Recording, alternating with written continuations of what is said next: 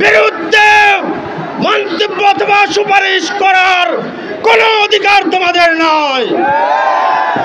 নারী সংস্কার কমিশন নারী ও পুরুষের সমান অধিকারের কথা বলে ক্ষান্ত হয় নাই।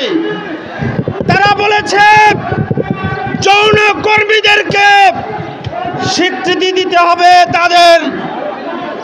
আমরা জিজ্ঞাসা করতে চাই, তোমরা যৌন কর্মীদের স্বীকৃতি কেন চাও? তোমাদের পরিবারের কোন সদস্যদের জন্য তোমরা কি কোনো সনদ চাচ্ছ? আজ জাতি সে প্রশ্ন রাখতে চায়। স্পষ্ট বলতে চাই, কোরআনের সংবিধান থেকে কোরআন থেকে তারা এমন কোন উক্তি কোরআনের বিরুদ্ধে তারা করতে পারে না, তাদের সেই অধিকার নাই।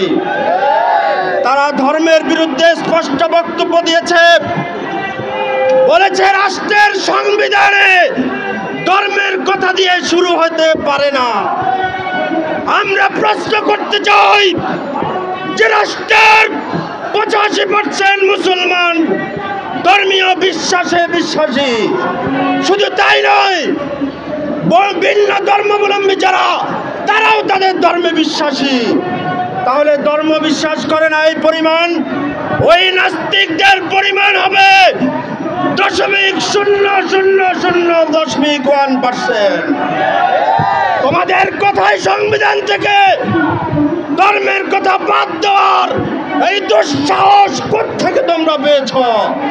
শেষ কথা বলতে চাই, সরকার যদি তাদের এই সুপারিশ গ্রহণ করে তবে দেশের তৌহিদি জনতা বিগত বিভিন্ন সময়ে ধর্মের বিরুদ্ধে যে আস্তরণ করেছিল, ওই তসলিমা নাসরিন থেকে শুরু করে আহমদ শরীফদেরকে যে পরিণতি তাদের হয়েছে, সেই পরিণতির অপেক্ষা করার আহ্বান জানিয়ে বক্তব্য শেষ করছি।